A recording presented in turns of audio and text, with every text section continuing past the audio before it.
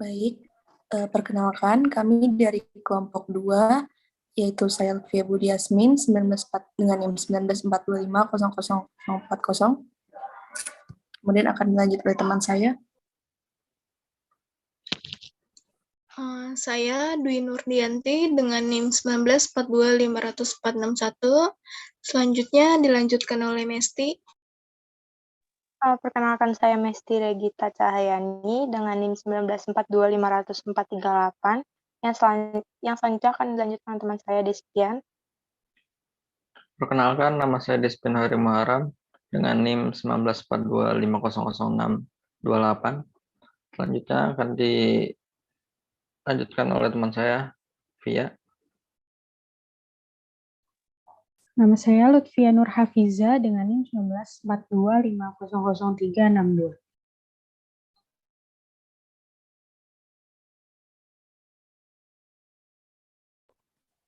Oke, di sini kami akan membahas mengenai pengantar dari diplomasi ekonomi sendiri.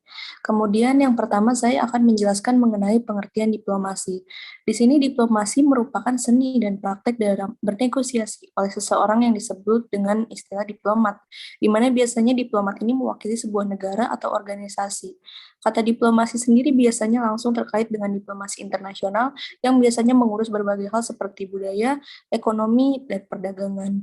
Kemudian menurut Geoffrey McDermott, diplomasi adalah pertimbangan dalam manajemen hubungan internasional, masing-masing negara seberapapun kaliber dan ukurannya, selalu ingin memelihara atau mengembangkan posisinya dalam kancah internasional. Mungkin bisa di next slide. Nah, di sini adalah gambar-gambar dari diplomasi sendiri. Kemudian yang terakhir ini adalah diplomasi cendol yang dilakukan oleh Indonesia dan negara Inggris. Oke. Kemudian mungkin bisa di next slide, akan dilanjutkan oleh teman saya.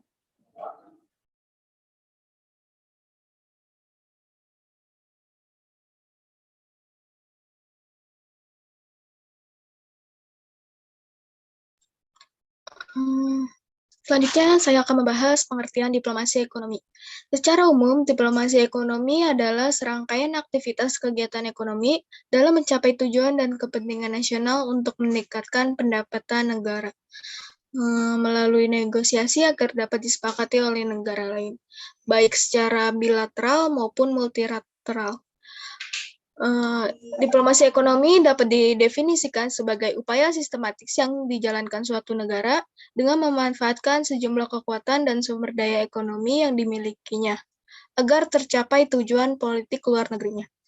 Tujuan diplomasi ekonomi ini diantaranya yaitu untuk perluasan kerjasama ekonomi yang saling menguntungkan.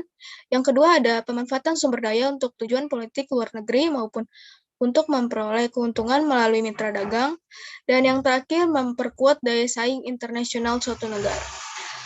Terus menurut Baranai, pada tahun 2009, diplomasi ekonomi merupakan aktivitas resmi diplomatik yang berfokus pada tujuan kepentingan ekonomi suatu negara dalam level internasional. Hal ini mencakup upaya peningkatan ekspor, menarik investasi asing, dan partisipasi kerja dalam berbagai organisasi ekonomi internasional. Baranai juga mengatakan diplomasi ekonomi merupakan komponen dari kebijakan luar negeri yang menentukan tujuan dan sasaran untuk seluruh aktivitas, bentuk dan metode yang digunakan untuk merealisasi kebijakan luar negeri tersebut. Bahwa diplomasi ekonomi juga merupakan faktor kunci utama perekonomian dalam upaya mencapai tujuan-tujuan kebijakan luar negerinya. Meski secara tradisional diplomasi ekonomi ini dipahami sebagai aktivitas yang hanya dilakukan oleh kalangan elit atau politisi. Namun, pada perkembangan zaman, aktor non-negara juga memiliki peran yang signifikan seperti pengusaha atau MNC. Bisa dilihat dalam gambar ini, tidak hanya pemerintah saja yang berkontribusi dalam diplomasi ekonomi, tetapi ada pengusaha dan MNC juga berkontribusi dalam ekonomi juga. Selanjutnya dilanjutkan oleh teman saya, Mesti.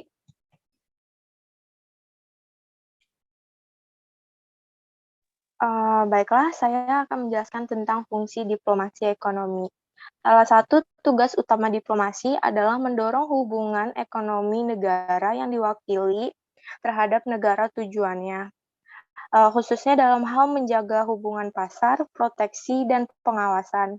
Melalui diplomasi ekonomi, negara dan pelaku ekonomi dapat memperluas jaringan dan hubungannya dengan mitra dagang atau negara lain secara damai, yang kemudian diharapkan dapat menciptakan situasi win-win. Menurut Baranai tahun 2009, perkembangan peran dan fungsi diplomasi ekonomi pada sistem ekonomi internasional modern didorong oleh berbagai faktor, di antaranya adalah sebagai berikut. 1. Proses internasionalisasi dan penguatan dependensi sistem ekonomi dunia yang mengarahkan pada dua hal, yaitu integrasi global dan regional. Yang kedua, ekspansi pesat yang terjadi pada ekonomi pasar, liberalisasi perekonomian nasional, dan peningkatan interaksi negara melalui perdagangan dan investasi internasional, serta peningkatan aktor ekonomi global seperti perusahaan multinasional, bank, dan kelompok investasi. Yang ketiga, globalisasi ekonomi, yaitu gabungan antara proses internasionalisasi dan peningkatan peran perusahaan multinasional yang berdampak pada peningkatan peran diplomasi ekonomi. Dalam hal ini, diplomasi ekonomi berperan dalam mendorong perkembangan internasionalisasi di negara, namun di sisi lain juga menahan kekuatan dari negara atau aktor lain yang berusaha memonopoli keuntungan dari globalisasi tersebut. Yang keempat, bentuk adaptasi terhadap metode manajemen progresif, efisiensi energi, dan teknologi baru, sehingga investasi asing dapat memastikan perkembangan kerjasama antar negara dan organisasi internasional. Yang kelima, perkembangan inovasi ekonomi negara terhadap keterbukaan ekonomi eksternal, yaitu hal ini dapat berdampak pada pembangunan image positif negara yang akan menarik wisata asing dan daya tarik investasi asing sehingga berdampak terhadap pertumbuhan ekonomi suatu negara.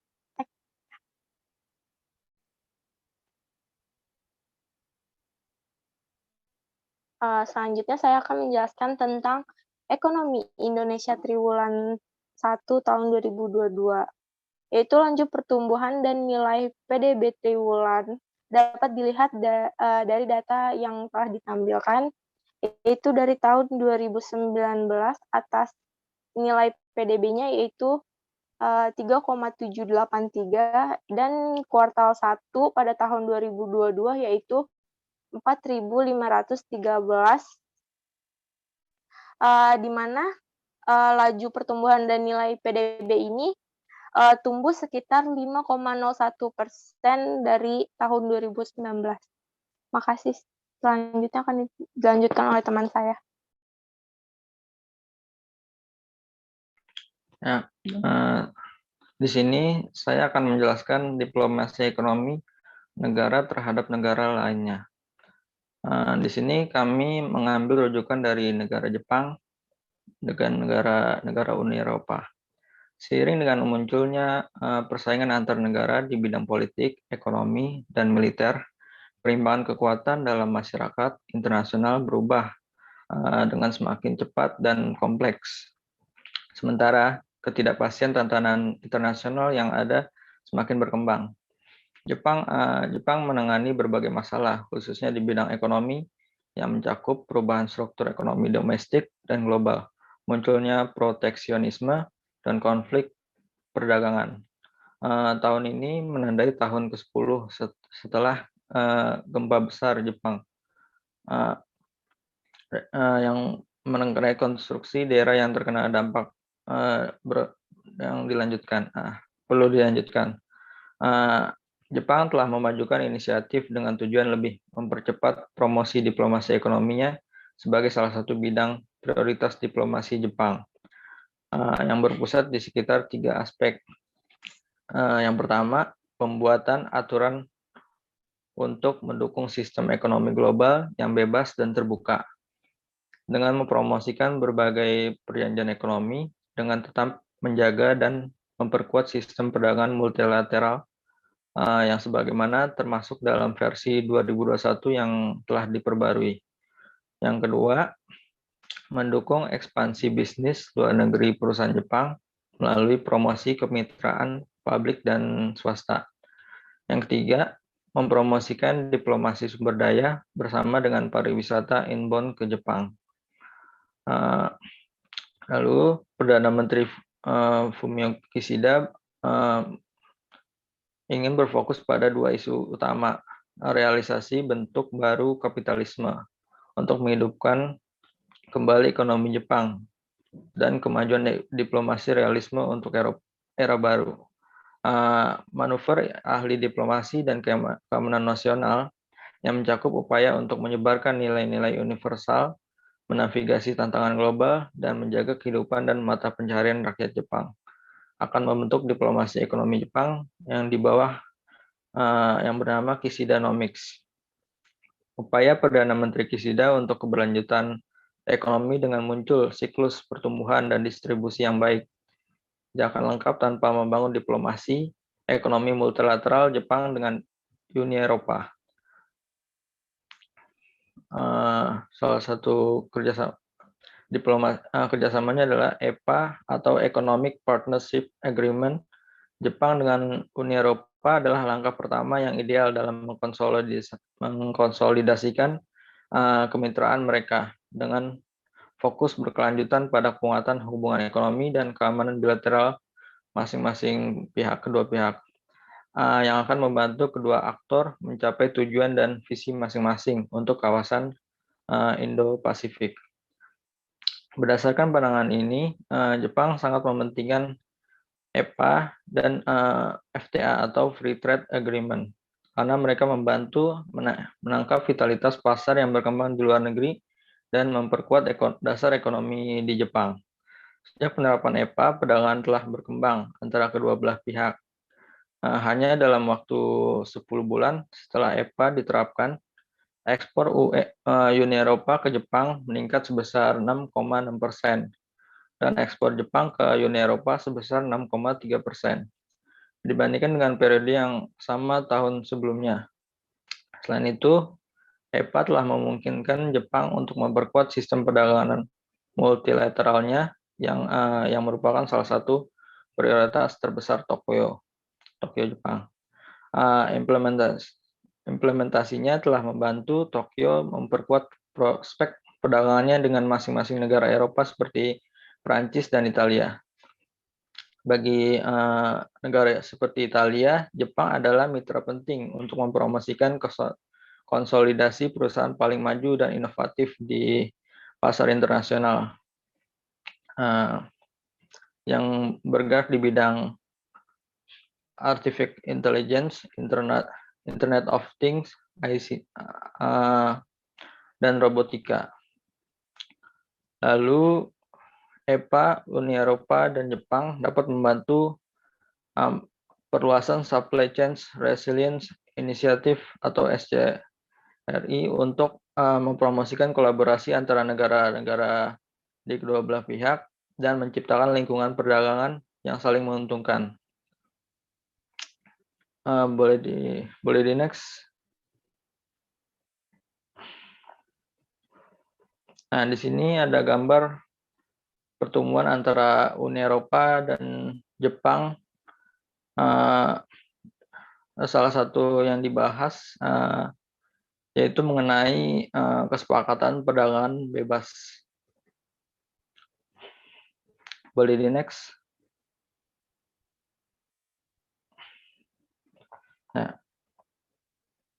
Diplomasi ekonomi Amerika Serikat dengan Mesir dan Israel. Departemen Luar Negeri menempatkan ekonomi dan kekuatan pasar di pusat kebijakan luar negeri Amerika Serikat.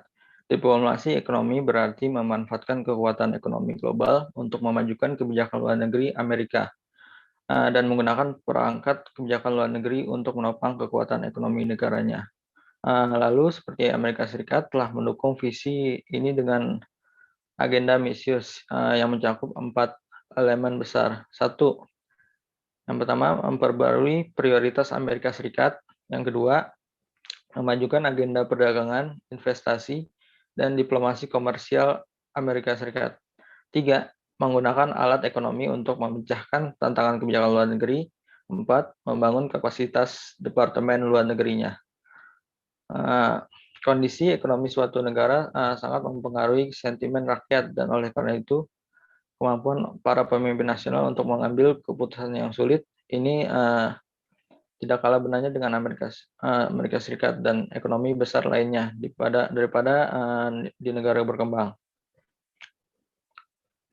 Selama 50 tahun terakhir di Timur Tengah dan di seluruh dunia, Amerika Serikat telah memberikan kontribusi besar bagi proyek-proyek kesehatan seperti air, pertanian, telekomunikasi, dan infrastruktur penting lainnya. Bantuan keamanan Amerika Serikat membantu memperkuat kemitraan negara-negara Timur Tengah untuk menjaga perdamaian dan baru-baru ini untuk memerangi ekstremis. Amerika Serikat mendukung program untuk memperkuat demokrasi dan hak-hak universal bagi laki-laki dan perempuan. Israel dan Mesir telah menjadi penerima manfaat utama dari program bantuan luar negeri Amerika Serikat. Tapi apa yang dilakukan Israel, Mesir, dan Mesir di sini adalah faktor yang sangat penting dan sering diabaikan dalam membangun perdamaian dan stabilitas ekonomi di kedua negara dan membangun hubungan bisnis yang efektif. Amerika Serikat juga telah berbuat banyak untuk mendukung globalisasi ekonomi di mana industrinya telah memainkan peran yang luar biasa. Fleksibilitas produsen pakaian saat ini untuk bergerak secara global di antara pemasok yang mempromosikan standar efisiensi dan kualitas yang tinggi. Negara lain diuntungkan begitu juga pelanggan-pelanggannya seperti konsumennya. Saat kita melihat ke masa ke depan, nilai besar yang kita semua peroleh dari jaringan investasi dan perdagangan yang saling terkait akan menarik mitra seperti negara lainnya di negara kita, negara Timur Tengah maksudnya. Industri mode dan pakaian jadi Amerika memainkan peran luar biasa dalam ekonomi global. Kami sangat menyadari bahwa pembeli garmen AS dapat memperoleh produk mereka di sejumlah tempat. Tetapi AS memahami bahwa produk yang diproduksi di zona industri yang memenuhi syarat seperti Mesir dapat bersaing baik dalam harga maupun kualitas. Meskipun para pemimpin politik mendatangani kesepakatan yang telah ditentukan, industri Amerika Serikat membantu mengamankan kesepakatan tersebut dengan menggabungkan bahan-bahan superior Israel dan Mesir seperti t-shirt, jeans, pakaian tidur, dan pakaian siap pakai lainnya yang dihasilkan membantu membangun hubungan dan ikatan bisnis antara Israel, Mesir, dan Amerika Serikat. Dengan kata lain, perdagangan dan keterlibatan bisnis antara Amerika Serikat dan Timur Tengah dapat membantu memperkuat ikatan yang diciptakan oleh kesepakatan politik antara orang-orang, siklus investasi, pertumbuhan, keuntungan, dan pekerjaan yang menguntungkan semua orang. Di negara-negara itu. Lalu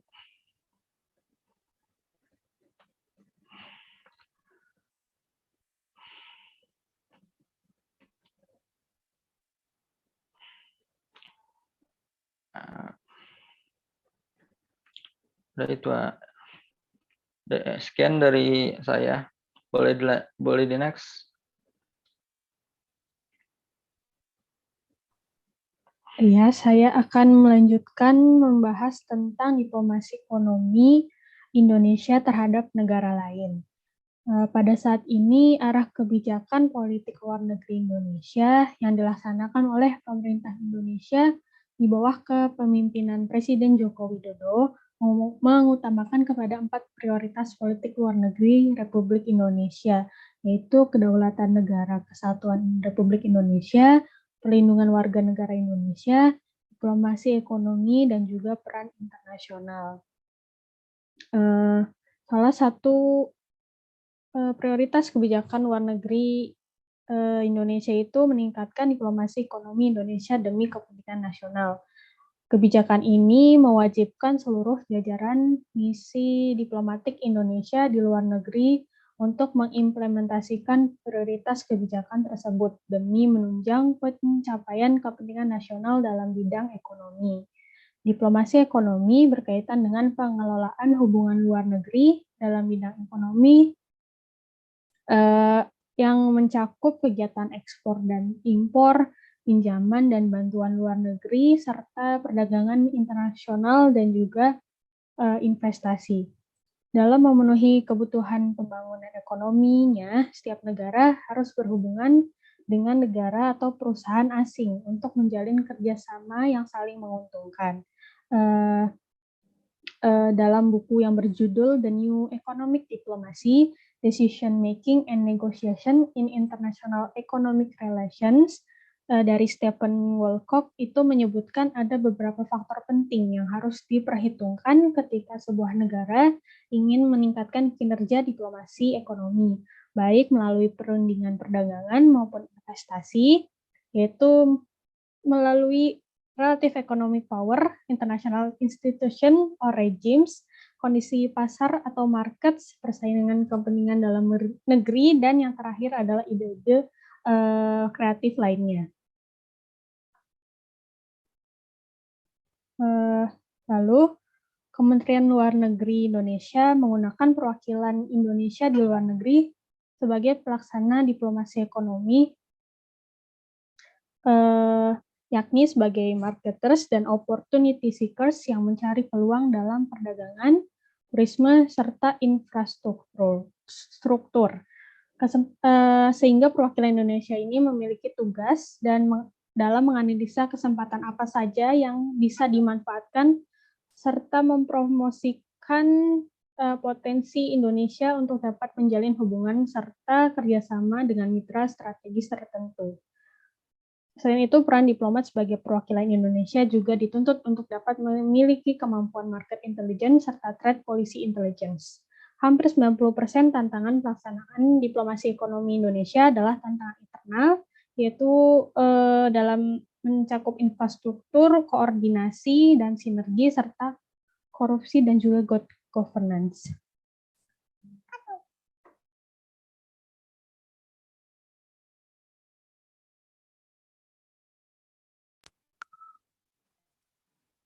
Ya, baik. Sekian presentasi dari kelompok kami. Terima kasih. Mohon maaf bila ada kesalahan atau kurang dari kata-kata kami.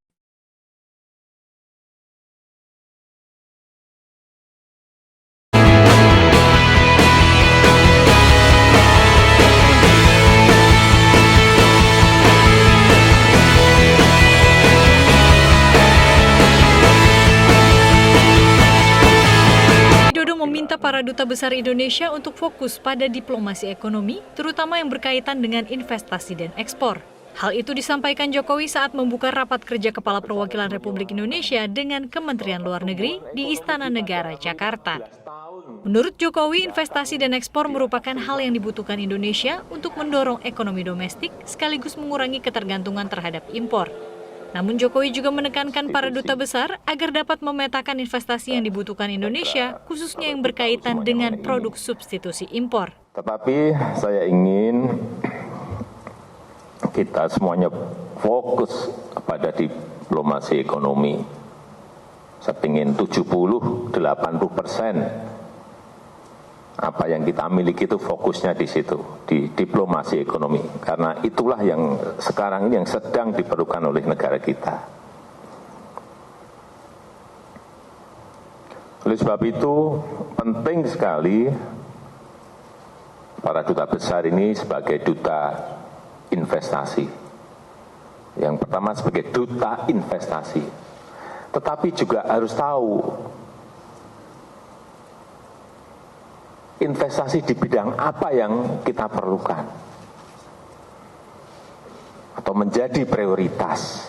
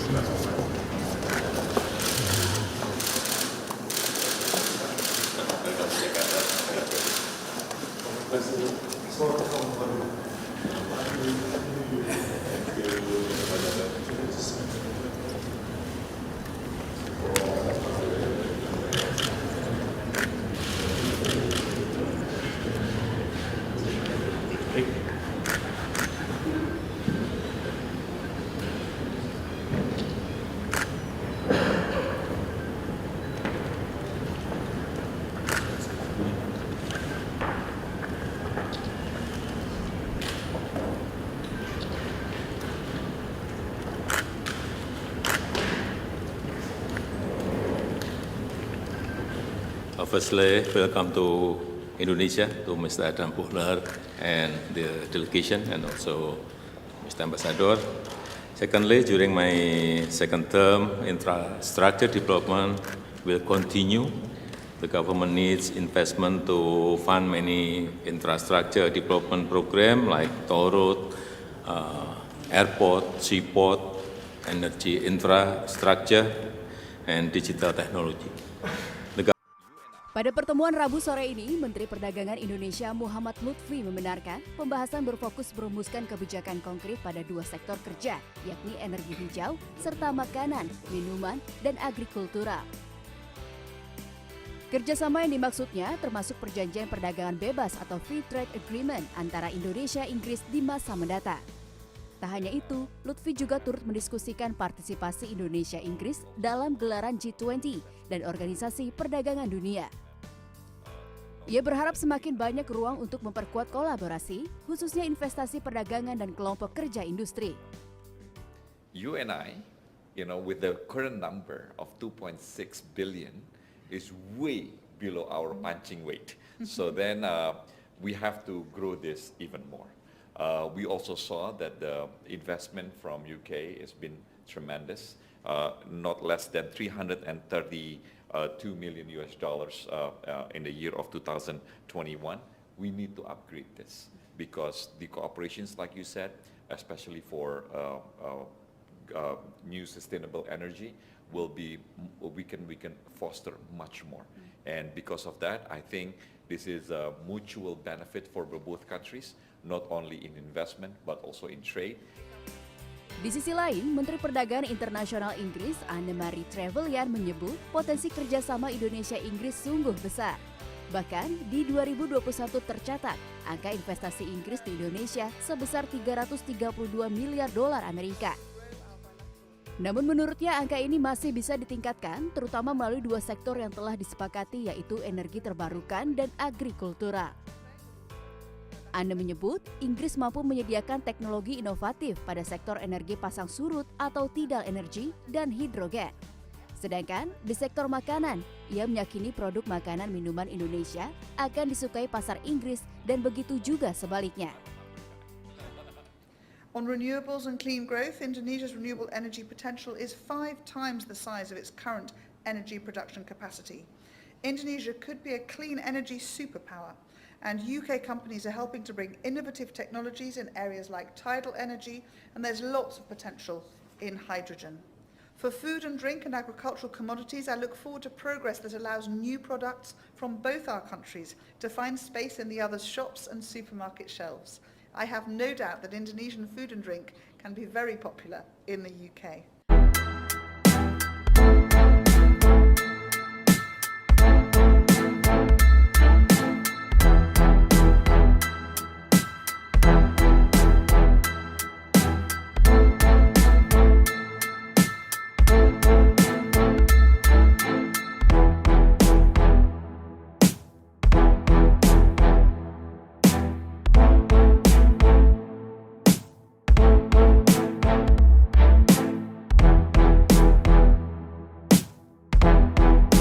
Tren yang semakin naik ini kita optimis bahwa ke depan kita akan terus dapat meningkatkan kerjasama perdagangan, dan tadi Bapak Presiden juga menyampaikan pentingnya kedua belah pihak untuk terus bekerja bersama meningkatkan investasi di kedua negara.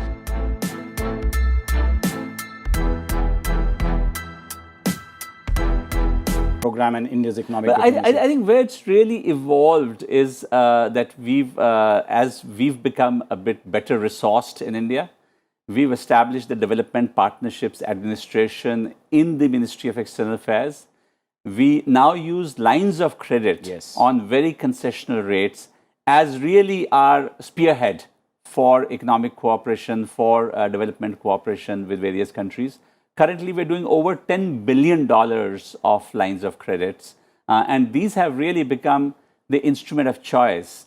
They have helped create infrastructure projects, connectivity projects, industrial projects, capacity building, and a whole host of other areas. So the traditional training programs that were done under ITEC and maybe some small projects that were done under ITEC is now complemented in very large measure by our lines of credit. And our project exports as well. Of course. Turning to you, Manjeet ji. The COVID-19 pandemic has negatively affected global economic growth beyond anything experienced in nearly a century. What are the challenges to economic diplomacy that this virus has unleashed, and what is the way forward? So first, COVID taught us the dangers of an over-centralized globalization. Even though India was never in the globalization supply chain, we now are through the vaccines, increased digitalization for export and for the home market, and the domestic push for manufacturing and ease of doing business. As our foreign minister has said, we are now in the era of decentralized globalization, where every country aims to be Atmanirbhar and self-sufficient because they need jobs at home for political and economic stability. No more exporting jobs to China, no matter what Goldman Sachs or the German multinationals say. So India is now firmly in that space, and all the policies are in place. I'm going to talk about 3 points, as usual. And this time, I plan to talk about the differences between economic and commercial diplomacy, if any, and then we'll go on to 2 other points. To me, this is an artificial distinction. But there are people who say commercial diplomacy deals with the promotion of trade, mobilization of investments, and certain activities like tourism, which all bring benefits to the state, to the country. Economic diplomacy to them focuses on negotiations of global agreements like at the World Trade Organization, the regional pacts, and bilateral agreements of an economic nature between countries. Now, I feel this is an artificial distinction because under the rubric of economic diplomacy, one can include a multitude of activities, including, for example, the management of aid. Today, many countries of the global south, which were traditional recipients of aid, have now become providers of aid. You may not be aware that India, a relatively poor country with a per capita income more or less in the zone of $2,000 per capita in current dollars, contributes well over 1% of its GDP. No, sorry, I got that fact wrong. Contributes around 0.3% of its GDP in its foreign aid. Some are grants, some are loans, some are commercial credits. So, economic diplomacy thereby covers activities such as monetary policy, cooperation between banks, credit rating systems. About the broader themes that you see emerging as we look at China and very aggressive economic diplomacy that it is following. After all, the kind of power that China is becoming is primarily determined by its economic base. So what are some of the 2 or 3 things you would say about China's economic diplomacy? Well, first of all, thank you very much for having me here. Well, in terms of China's economic diplomacy, the predominant feature, of course, is its emphasis on the infrastructure development, either in the country itself or in its neighboring countries. And what we can see, for example, in Southeast Asia, China, you see it has forged lots of mechanisms with Southeast Asian countries and also with ASEAN as a group. But other than that, China actually shifted sort of focus from the physical investment into like the soft part, which I mean is governance. It's predominantly shown in last May. As you know, the BRI International Cooperation Forum, President Xi Jinping introduced the principles of greenery, investment overseas. So it is like it is sort of like progress. Well, other than that, of course, it shows China's ambitions in governance, right? And the economic security and access, like how we can use economics to realize part of its geostrategic purposes. So when you look at the kind of expansive global economic ambitions that it is demonstrating through OBOR and other, as you point out, myriad infrastructure projects around the world today, do you see any challenges emerging in the short to medium term, both in terms of material abilities of China to deliver on some of these commitments, as well as the larger normative issues that some countries, including India, have raised about what perhaps this represents if you compare to the past, what the Chinese aggressive economic ideas, how do they challenge the normative order on which the economic foundations of the post-Second World War liberal order was based? Any thoughts on that? Thank you for the question. I think there are mainly 3 points. First of all is China's own ability of delivering the promises. Although Xi Jinping consolidated his power, which I doubt he could actually make everything done. For example, the local government, they did a lot of activities under the name of BRI, but the effectiveness may not really reflect what Xi Jinping wanted.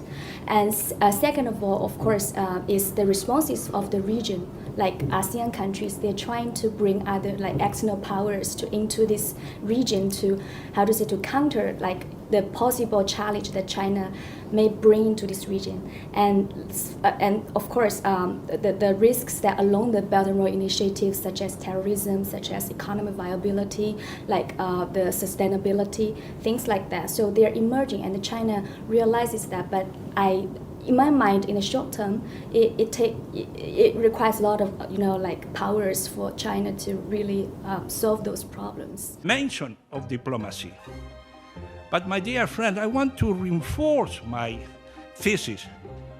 Diplomacy with capital D is only one, and if Europe have no diplomacy with capital D, the rest is not working.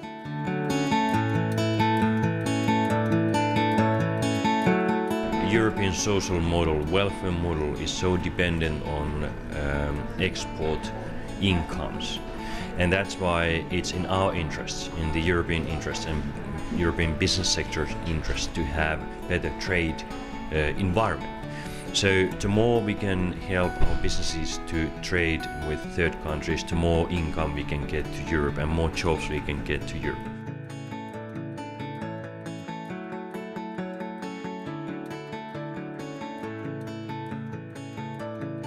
Well, I think first and foremost businesses have their own moral deliberations to make, and I hope that they do. But more broadly, what we try to do as policymakers is ensure that there are clear rules that are predictable and that are the same for everybody, so that there is a level playing field, as we call it, an equal platform on which the private sector can compete.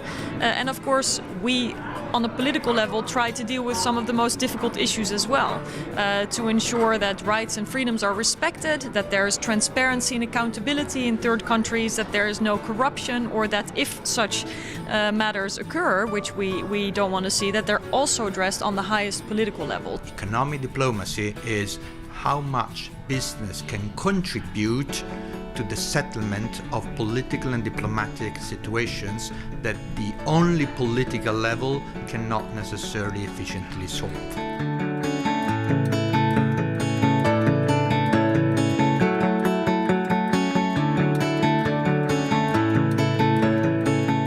It is sort of economic instruments that are the most powerful instruments that we have in Europe to change our societies for the better and also change our surrounding environment long term for the better. It is when we got a more prosperous, open world, then we get better possibilities for peace and security. It doesn't operate over 1 or 2 year time frames, but it operates over the time frame of decades.